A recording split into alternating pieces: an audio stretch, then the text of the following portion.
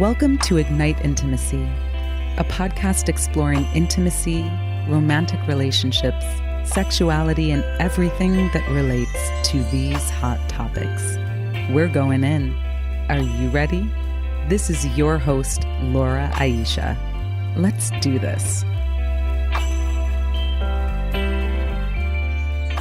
Hello, Ignite Intimacy community. It is your host, Miss Laura Aisha, and I am checking in because we need your love and support.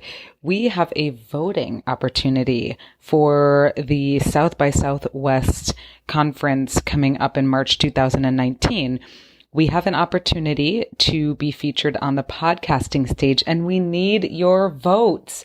There's a proposal up online, and the URL will be in the show notes. And in case you want to go right there right now, go to panelpicker.sxsw.com/vote/83269. Okay, so get your booties over there, vote panelpicker.sxsw.com/vote/83269. And you can vote for our proposal. We're making disclosure sexy. We're bringing it with the fullness. We're bringing a conversation about STDs and conversations around safe sex and disclosure to the forefront so that we can all be super juicy in these conversations and responsible. So check it out. Thank you so much. Ignite Intimacy, South by Southwest 2019, holding the vision. Give thanks. Love up and enjoy this episode. Ciao for now. Mwah. Hello, Ignite Intimacy community. What is happening? First of all, it's your host, Laura Aisha. I know you can tell from my voice, but I do have a twin sister who has a voice very, very similar to mine. So she may at some point hijack the podcast. We'll see about that. And yeah, so I'm recording this on the week of the second anniversary of the podcast, which is super exciting. And we wouldn't be having a second anniversary if it wasn't for you. So I just want to big up all the listeners, all the love, all the sharing, all the insights, all the reaching out and letting me know how these conversations are impacting you. It's really, really amazing. So thank you. Thank you for being here on the journey with us. And for clarity, the anniversary of the podcast is August 1st, 2016. So we're actually recording this on August 1st. Oh, that's right. August 1st. Awesome. So August 1st, 2018. So it is exactly on the anniversary. That's so fun. I love when dates align like that. But you'll be hearing this probably most likely in late August or September. So we have someone on the line hailing from Los Angeles, California. And this is somebody that one of our other guests, Christina Weber, had connected me to. And this is a man who's been on a serious journey through meditation over the last several years and has found this interesting connection to meditation and dating. So we're going to dive into a whole bunch of juicy topics about that. And in the meantime, I want to introduce today's guest, Barrett. What is going on, Barrett? How are you? Great. Congratulations on 2 years. Happy anniversary. Thank you. Yeah, it's awesome. It's like, I was just going to say Oh, go ahead, Barrett. Sorry, we must have cut out. I was just going to say that was a great accomplishment. Congratulations. Thank you. Yeah. It's amazing. I'm super excited and grateful that we are continuing the conversation. And so super excited to have you on the line today. And we're going to be diving into some interesting spaces here about meditation and dating and relationships and the feminine. Yeah. Sounds juicy. It does. It does. All of those are really juicy topics. And so I'd love for you to share a little bit about yourself so that our listeners can get to know you, and just like what was the trajectory that brought you into this work that you're doing now with these meditation and dating events? Yeah.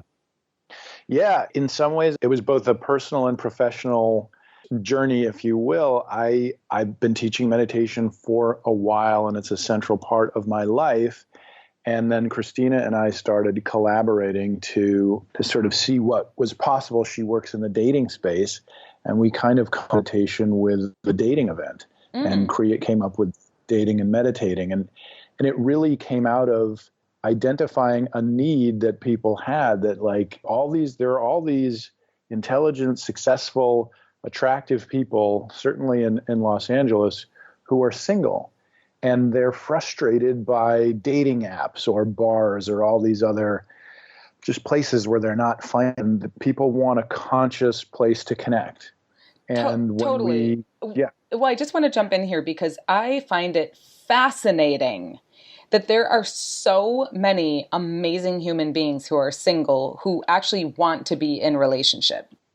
It's fascinating. It is fascinating. And I don't pretend to have the answer, but I am in the same spot with you, kind of looking at it and being like, well, somebody touched on that last night at Dating and Meditating. Like, I know so many amazing people what's going on? So that yet, but yes, I agree. And so we came up with this idea to kind of create an alternative, which was in person and conscious, and something where you get grounded by meditating together, which is not necessarily a standard dating experience. And then you have a facilitated conversation on a relationship topic. He knows that they're going to have a bird, and so people are both holding space for the quiet folks to speak, and where we then have the opportunity to be nourished by all of these different experiences and perspectives. That's amazing. I want to come to one.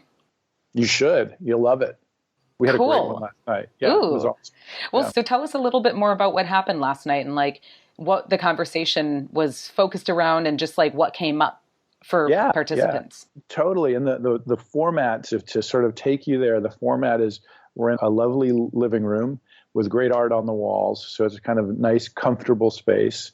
And we meditate together as a group, and then we discuss the topic. Last night, the topic was, are you ready? Being ready for a relationship. And I always give the women in the group the opportunity to speak first, because I'm a firm believer that human beings are actually matriarchal. And so if we start with the feminine, we're kind of completing the circuit in a sort of appropriate way. Love that. Yeah, and it's interesting. It shifts the dynamic, I think, in a really constructive way. And then I read the email that sent out the topic the day before, which has been an interesting experience, because it's often like, you write an email that you think that is going to be read a certain way, and then it turns out that everybody in the room's reading it differently. It was about when you're inspired by a relationship, when you meet somebody who's inspiring, does that inspiration make you think, oh, once I have this relationship, I can kind of slack off on the things in my life because this relationship is going to do stuff for me?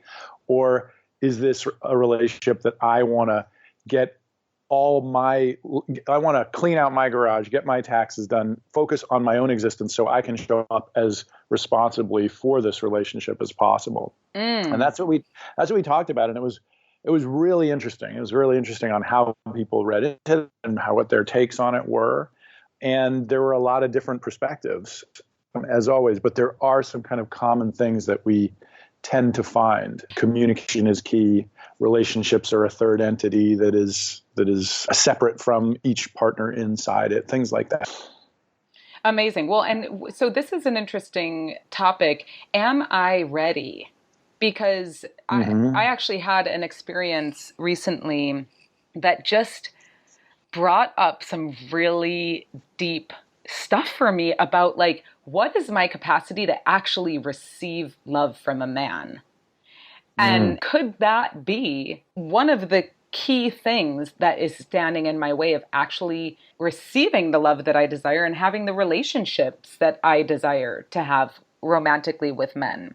And it brought up like this whole thing in my being of this big question, like, am I ready? And like, why am I so suspicious of love? Mm. So it's, yeah. What have you come up with on that? It's a good question. Yeah, it's a great question. Not put you on the I, spot. Yeah. yeah, I am continuing to explore that. I am holding that question, and I have committed to being open to receive love from men and to create that as whole and perfect and authentic and safe. Mm. Yeah. I love it. I started doing an interview series with women, neutrality of women in our social structures and the centrality of the erotic, of the feminine erotic in female lives and relationships in society in general, and how that has been vilified by men and had such a debilitating effect, I think, on our societies and our abilities to connect fundamentally as men and women. And one questions is, and these are all of these are interviews with women, define manhood. And the first woman who I did this with, who was the one in many ways who inspired this, her definition of manhood was really interesting. And one of them was he needs to be unafraid of love. Mm. And that feels like a sort of the other side of the coin, maybe, of where you're coming from.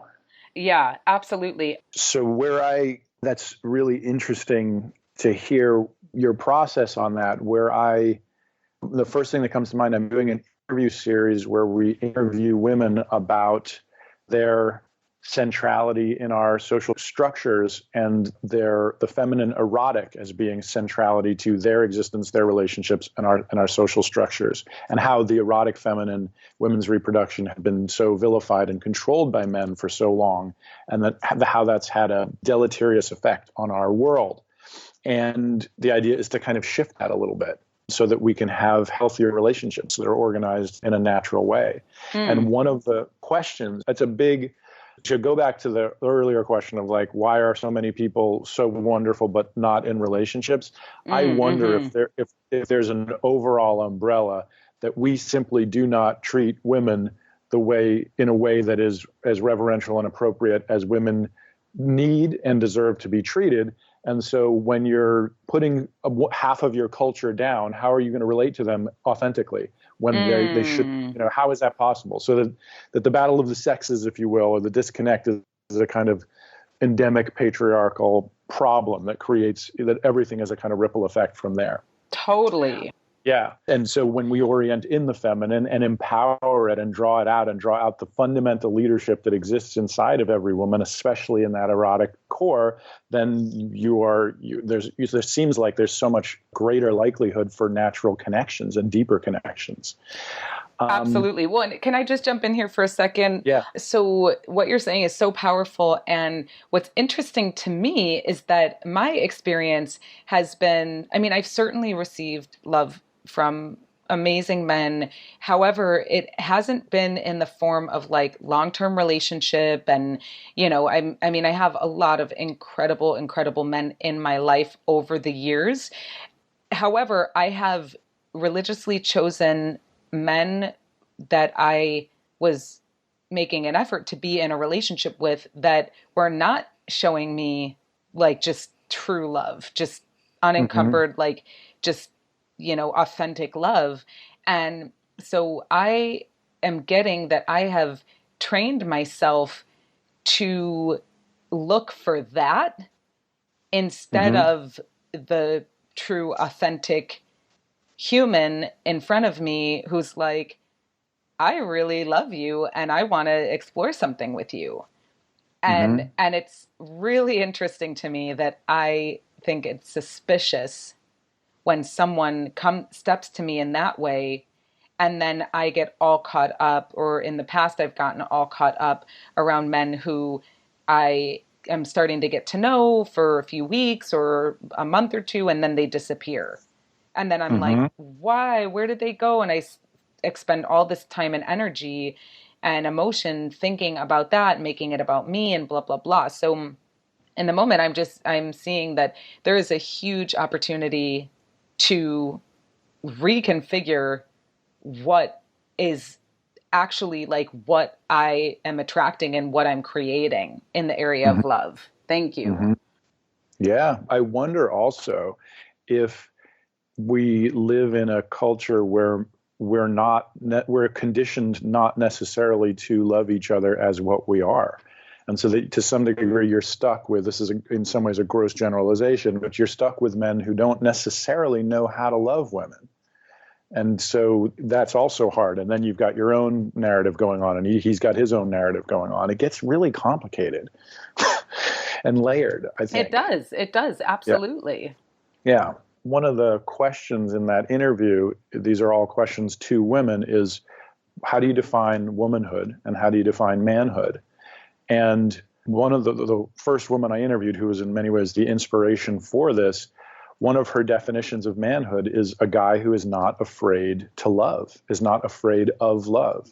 And I thought that was such a noble, simple, and elegant idea. I was like, yeah, if you're gonna be in a relationship with me, you can't be afraid of the most central and beautiful aspect of it. And I thought that I was really, love that. yeah, I thought it was really elegant. I love that. That is so powerful because there are, it's clearly, I am apparently one of them. Hmm. That, and I'm laughing and it's not funny. And like, that's actually what this person said to me is like, you like giggled when you asked, like, well, what do you mean by like, what you love me? Like, what do you mean? Like, I got all like in my head about it and said, Hmm. well, I mean, do you like me? Do you love me as a friend? Do you love me this way? Do you love me that way? And Right. he said, I just love you. Yeah. And I have a friend that, yeah, I have a friend that literally, it's like you were reading the same script. She had the same exact conversation with a guy, and I was like, "What are you doing? Can't you just let him?" And he was like, he didn't know how to define it. He was like, "It's a feeling," and she kept giving him the third degree on it. And eventually, he was like, okay, I guess we'll just not bother." But he had a hard time with. He was like, I can't. I just isn't that enough? Saying it isn't that enough? But it wasn't for her. yeah, yeah. Yeah, it's so interesting. Okay, this is great. I'm just so grateful we're having this conversation. How many of you can relate out there? Yeah, and it's really Ignite Intimacy community. We want to hear from you. What are these conversations opening up for you out there in your life, in your creation, in your world, in your relationships? Email us hello@igniteintimacy.com. You can also visit us and follow us on Instagram at Ignite Intimacy, Facebook at Ignite Intimacy, and post your shares. We'd love to hear from you. I know Barrett and our other featured guests would love to hear from you. Like, what are you getting out of this? So, okay, so this is really interesting. So, what other questions come up on this interview series? One thing. Were you asking that to me or to your guests out in the world? I was asking that to you, Barrett. Oh, Yeah. okay. So one of the other things that comes up, this was another one of our themes at Dating and Meditating, is what do you want and how clear are you being with yourself and the world, the universe, about it? Which is, I think this is true in Vedic philosophy, it's true in lots of Orient worldviews, that you got to be clear about what you want, that the universe can support that. But if we're vague about it, it's much harder. Um, Mm. and I feel like when you're saying, okay, I need to be able to receive love, I need a guy who knows how to love, that's a really positive affirmation of what you want. And I think sort of baked into that is a declaration that you deserve it. And I think a lot of times when we're afraid to say what we want, if it's like, I want the chicken as opposed to the fish on a date with dinner, or I want to have kids, or I want to get married, whatever the things are, when we're afraid to say those things, we often think we don't deserve them, but we still want them. And then you end up in this kind of convoluted running end games around to try and get things, or pretend that you want this relationship. So you're acting like you want the things she wants, but you don't, and stuff like that. And I think when we're clear about what we want, it's so much easier to attract somebody who wants the same things. It's like if you're dressed for a square dance, then you're likely to find somebody who also wants to go to a square dance. But if you're dressed for a square dance and you actually want to go to a hip hop thing, it's very confusing for everybody involved. Totally. They're like, wait, Yeah. this isn't a square dance. It's not a square dance, but if you dress for a square dance because you want to go to a square dance, it's confident. And it's like, I own that I'm a square dancer, It's like, great. I love square dancing too. Let's go to the square dance. That is I think there's a lot to that. I think it's a very powerful thing to be very clear about who we are and what we want and own it, because it's owning that we deserve it. And then the world can be like, okay, you deserve this. You are owning that. And now it can start to make its way towards you. I love that. And then, yeah, and it all ties into like getting ready. Like, am I ready? Mm-hmm. Preparing yourself, it's like you prepare yourself for weekend retreat, or you prepare yourself to go to a business meeting, or to, go to a yoga class. And you prepare yourself to have a career, right? I'm going to do this. I'm going to law school so that I can be a trial attorney, so that in 5 years I can work for the ACLU, so that then I can retire. Like, you choose those things. So the people who are like, I might go to law school, I don't know, or I go to law school, but then I just piss around. Those are people who have not declared to themselves what it is that they want to be. And it's much harder for the world and themselves to achieve it. So I think it's both for your yoga class and for like life in general. What do you want in your relationship? What do you want? I think owning that's really powerful. Absolutely. Absolutely. So I'm just, putting it out there to you, to me, to our community. Like, what are you declaring? What am I declaring? And I'm declaring that I am open to receive love. Yeah, I love it. I'm declaring that I'm very inspired by and open to having a relationship that's a very three-dimensional and technicolor collaboration, and with somebody who there is that immense grounding in trust and love, and also that there is a ton of creative cross-pollination. Mm. And that's really, so you just kind of lit up like a pinball machine. It's like there's nothing to Yes. talk about, nowhere you can't go. That to me is very inspiring. Ooh, I love that. Like, no withholding. No withholding, totally honest, and that you're on the same page about like what is trust, what is commitment, what is matriarchy, as in this is somebody who that feminine erotic, that's the sun around which I'm the planet that we orbit. So like that's the circuit we're creating. But then at the same time, we live in a highly cultured, highly conditioned patriarchal world. So not following those rules and guidelines, because those are about control, creating something that is autonomous and expressive of our values collectively, that may not look like everybody else's relationship, but is fundamental to who we are and is an expression of leadership, because we are taking ownership of our lives. That's what I'm looking for. Yes, I love that. Cool. Yeah. Yes. Well, and so let's chat a little bit about, like, what do women want? What do men want? And how unproductive it is to generalize based Yeah. on gender. Yeah. It was one of the early lessons in having a weekly conversation about relationships, because it makes sense. People are like, what do women want? And the women are asking men, what do you want? And it always devolved. It just the conversation immediately devolved. And when I found it was like, let's not generalize about gender. Let's not generalize about culture. Let's not generalize at all. Let's speak from our own experiences. And what we found here, I'll give you a really good example of it. We talked about money one night. This came up with a guy. He was like, I'm on a date. Should I pay? Should I not pay? I always pay, but then sometimes she wants to pay too. And then I think it's not a date. And now I'm on my head about it. All this classic stuff. So we're going to talk about dating and money. And every guy had an assumption about what paying or not paying meant. And then we said, okay, so we're going to give the floor to the women. And every single woman had a completely different perspective that was entirely authentic, but different than the other woman and the next woman and the next woman. And all the guys were sitting there going, wow, I have no idea. The thing to do is just communicate about this. Wow. And say, how do you feel about this? Because and it was so useful. And it was like everybody's stuck in all of these cultural assumptions. And in our room, which was a reasonable sample size of Venice, California, it was like, none of those assumptions are correct. They're all wrong. And it was like, maybe if we can connect with each other's individual experience, we learn a lot more about men and women and about ourselves, and have way more to work with, especially knowing that maybe we just don't know, and communicating about it is much more important, or is the place to start. So, and when people are like, well, men are like this, it's like there are guys in the room like, no, I don't feel that way. but women don't want to do that. And women are like, no, that's not necessarily how I feel.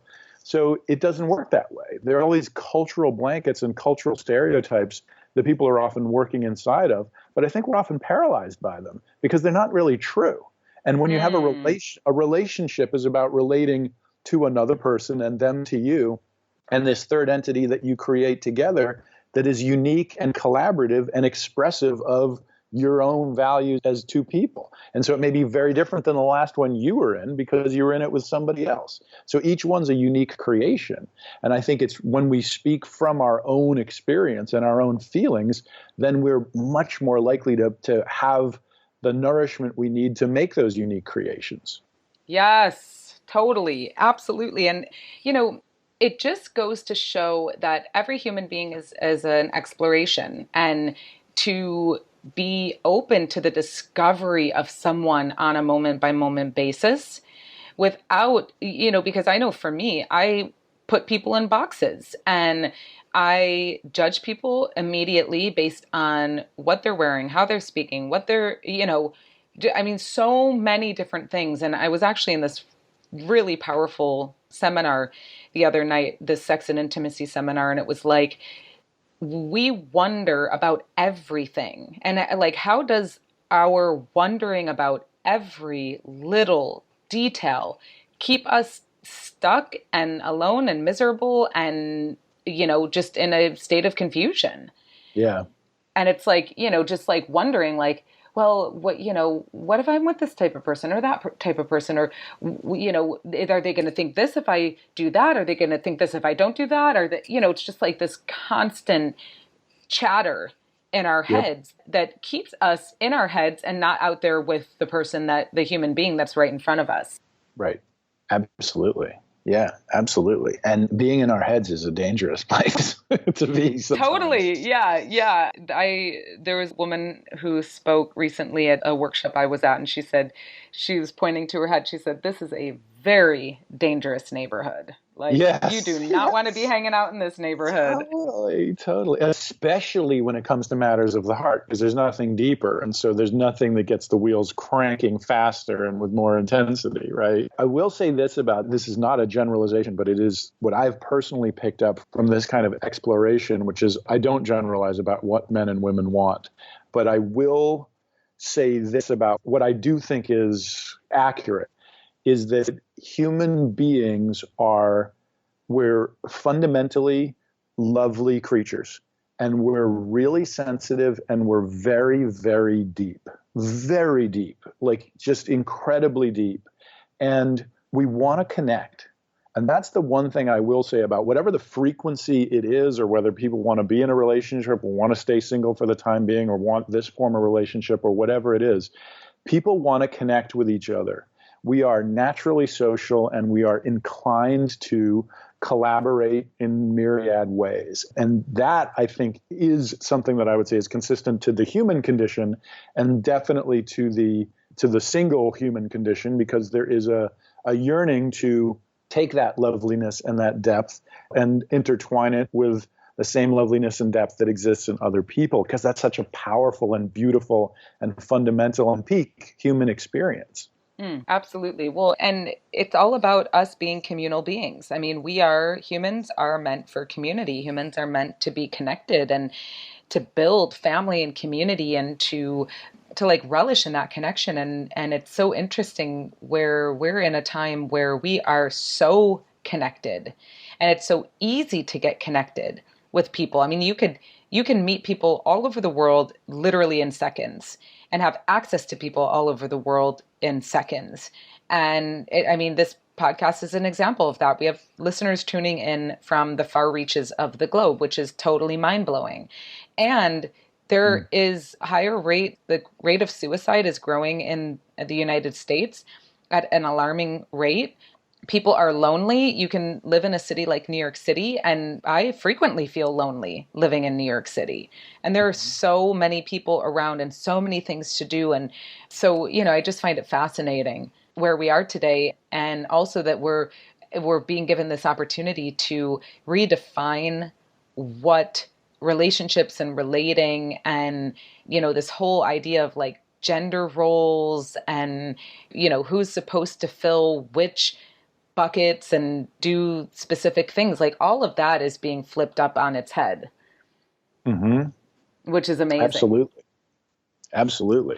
And the size of the societies that we live in, New York City is a perfect example. Yes, there's everything going on all the time, but it's also enormous. And so where is your tribe? Where is your smaller subset of that where you feel at home and a sense of belonging and a sense of community?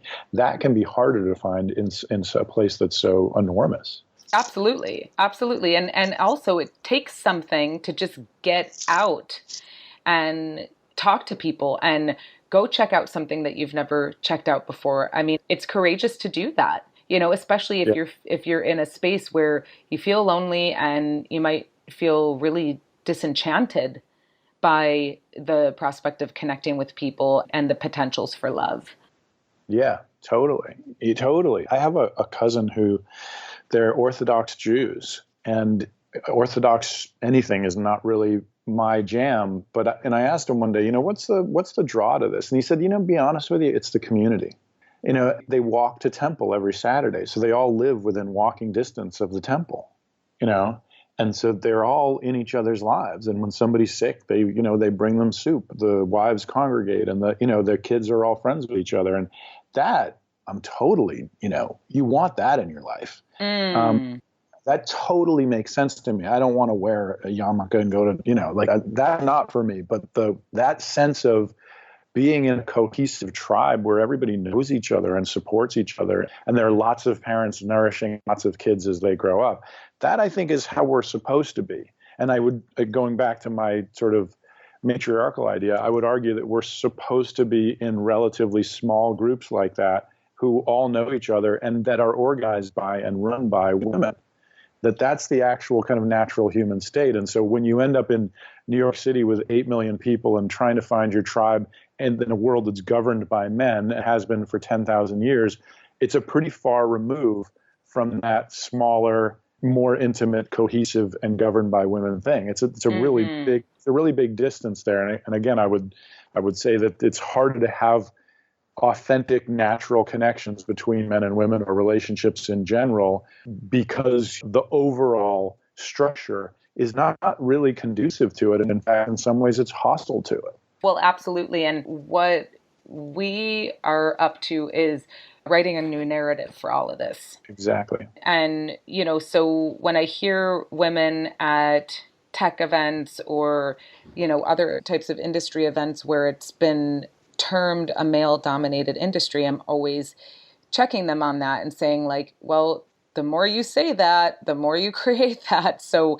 let's create something new. And actually, the reality is that there are many women in technology and emerging technologies like VR. And so let's shift the narrative. Let's, as a community, choose to shift the narrative on that and to keep focus on the blend that's happening where more women are getting involved, which actually, I'm not like a future is female. I get that the future is female is like more, women being president of the United States and other countries, more women, like, being a woman heading up the UN, more women at the table. And I get that. And I don't see the future as primarily women because I see that the blend of the masculine and feminine is where the true power lies, and we are a stand for creating space for women to be at the forefront of leadership around the world in every way, shape, and form.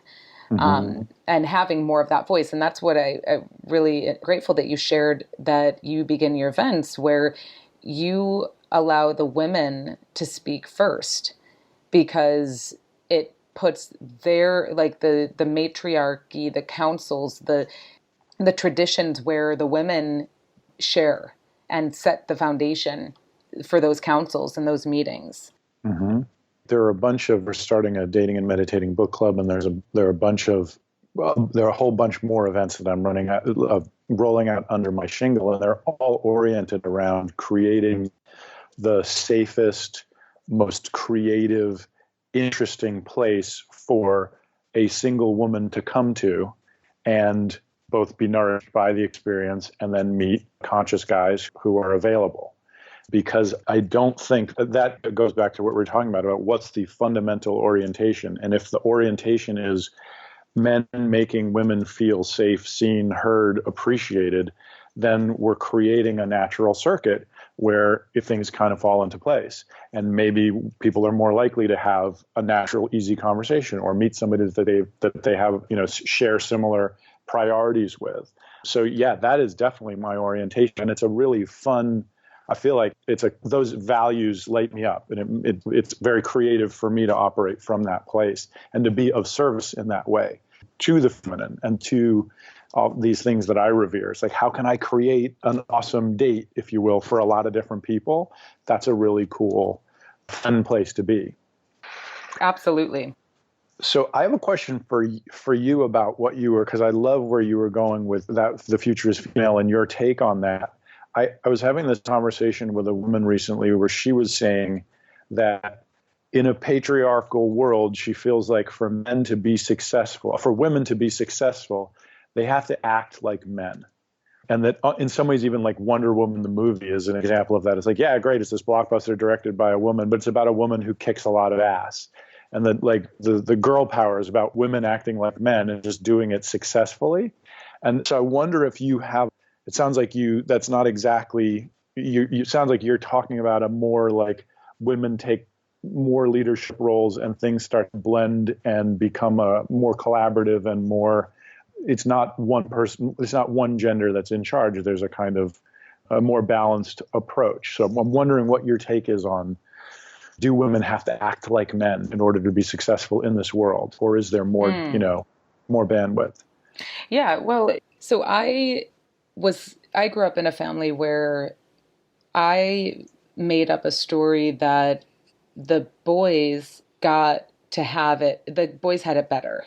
They got more love, they got more attention, they got to sit around, and I had to work in the house, and the work that they did was outside, which was where I wanted to be. And so I became, I was like very athletic. I would always want to throw the football and the baseball, and, I became decent at what were typically boy sports back in the 80s when I was, an adolescent. And so I took on a lot of that masculine energy also as a way to protect myself because I didn't feel safe as a child. So, and I've generally have not felt safe in my life. And then, being a single mom and being the day-to-day, playing the day-to-day mother-father role. And, it created for me like a hardness. And, so I believe that there is just such grace and power in being authentically who you are. And whatever your gender is, I mean, we're in a stage of life and existence where gender is fluid. And some people shift gender from day to day. It's not so much about like what's between your legs anymore and what, your makeup, your physical makeup is. It's like, gender is just really fluid thing these days, which I find totally fascinating. And I'm still exploring it and learning more about that. And so I just believe that both the masculine and the feminine have such powerful attributes. And when you start to term things like, okay, well, that's a masculine trait, well, this is a feminine trait, I believe that's feeding an old story. And we're talking about human traits, and certainly humans based on their gender, gender has nothing to do with who you are and how you show up in the world. So I just am a stand for each of us to peel back the layers, to shed and melt away any of the conditioning and programming that we picked up as children, and to be who we are fully in the world, and to shift the conversation in a way that this gender-based conversation is just like a thing of the past. Interesting. That's a great answer. And you've probably connected these dots, but if you're if you felt like your brothers had it better, I wonder if that ties into a sense of, well, they have it better because they're guys, because I'm female, or because I'm me. I don't get as much. I don't deserve as much. I wonder if now, as an adult, and you're sort of like, I want to be, I have a hard time receiving love from a man. Do you think that there's a correlation between that sense of deserving that started back, a sense of not deserving as much? Not that it was necessarily true, but that was the narrative. And maybe it's a holdover narrative still now as an adult. Yeah. And that probably most, I'm sure that stems from what I experienced as a child in my family of origin, Yeah. and growing up with this experience of not receiving the love and acceptance that I desired as a child, Yeah. and that putting me on the defense and not feeling protected either Yeah. by my parents, and just yeah, just realizing that I have an opportunity here to moment continue shedding the layers and opening my heart and doing what is new for me to do, and instead Yeah. of going into the old patterns and behaviors that really are self-sabotage, that really keep me in a pattern of discontent, and also where it's, yeah, wow, I just totally lost my train of thought here. But yeah, I mean, just choosing the new thing, the thing that Yeah. that feels uncomfortable because it's like, ooh, that's new, Yeah. and I've been teaching meditation for years, and I've done a lot of one-on-one counseling with people, and a lot of this kind of work. And one of the things that I've observed systemically is that people, especially in their childhoods, they didn't feel safe. And sometimes it's because, there was abuse, and, but a lot of times it's much more of a kind of impressionistic thing. They just didn't feel emotionally safe. And I feel like if the natural human organism is the tribe, 100 people, 150 people, and all of the adults are responsible for raising all of the kids. And so you have, every adult there is your aunt and your uncle. Your sense of belonging and purpose, and that the role that you are given to know that you are responsible for certain things that are essential to the tribe's well-being, that gives you a sense of belonging, responsibility, identity, authority that we tend not to have, because the family unit is really a kind of a subset of that tribe. And I don't think it provides for us in a fundamental way. Most kids don't grow up feeling like they belong and having a sense of who they are. And I think as a result, we often don't feel safe. And you have a systemic feeling of not being safe. And when we're not safe, we tend to shift into a fight or flight mode, into a survival mode. And that tends to orient ourselves around protecting ourselves. And when we do feel safe, we are integrated with our tribe, with our compatriots. And then we tend to orient ourselves around how we can contribute to something that's larger than ourselves. And that's very different. That's a much higher level of existing than survival mode. And so I feel like that's part of why we have kind of systemic narcissism, is because everybody's walking around trying to protect themselves because they don't feel safe. And that's not a judgment, but so much as like the system really doesn't work. We live in a country with 300 million people, but not a lot of sense of tribe or belonging or knowing who you are by virtue of where you exist in this group of people who look out for you and you look out for them. So I feel like it comes back to our, like, we have these massive social structures, but I'm not sure they're that natural or that necessarily healthy. I don't think they're quite giving us what we need. And that is something that, in the ways that you're sort of describing, of as the culture shifts and as we start to create new paradigms and new models, I think that we may be moving in directions that are healthier and more constructive. Absolutely. I agree. And, this has been a powerful conversation, Barrett. I am so grateful that we have connected, and I want to make sure that people know how to find you online. Yeah, I'm easy to find online. My website is barrettmeditation.com. It's probably going to change to dating and meditating soon, but it's barrettmeditation.com. There are 2 R's and 2 T's in Barrett. And you can find me there. It's pretty easy. I'm also on Facebook, Andrew Barrett on Facebook. Barrett is my last name, but it's the name I go by. And Instagram at Barrett Meditation. Yeah, so it's pretty easy. Great. So Barrett Meditation, B as in boy, ARRETT, meditation.com.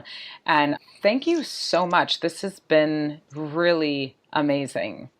This has been wonderful for me, and I'm super honored to be here, and especially on your anniversary. That's so cool! I had no idea. I know, that's exciting. Your podiversary, or whatever the term is. Yes, I love it. Well, thank you again for joining us and for bringing all of this juiciness to the Ignite Intimacy podcast and Ignite Intimacy community. Thank you for joining in. Take this, run with it. Create, let us know what you're creating. Give us a shout, hello@igniteintimacy.com. And we love you. Thank you so much for being here with us and for continuing to tune in and share this podcast with your peeps. And we love y'all. So stay blessed and ciao for now. Thanks for tuning in to another conversation on the Ignite Intimacy podcast hotline. We love that you choose to spend your time with us. Check us out at igniteintimacy.com. Subscribe to us on iTunes and leave us a review and a rating. It helps more people know about us. We love to hear from you. You can email us with questions, comments, or suggestions to hello@igniteintimacy.com. And tell your friends. Music was arranged by Jason Pfaff and Mike Corey. And this podcast is produced by yours truly, Laura Aisha. Thanks again, and we'll see you on the next one. In the meantime, let your light shine bright and ignite your intimacy.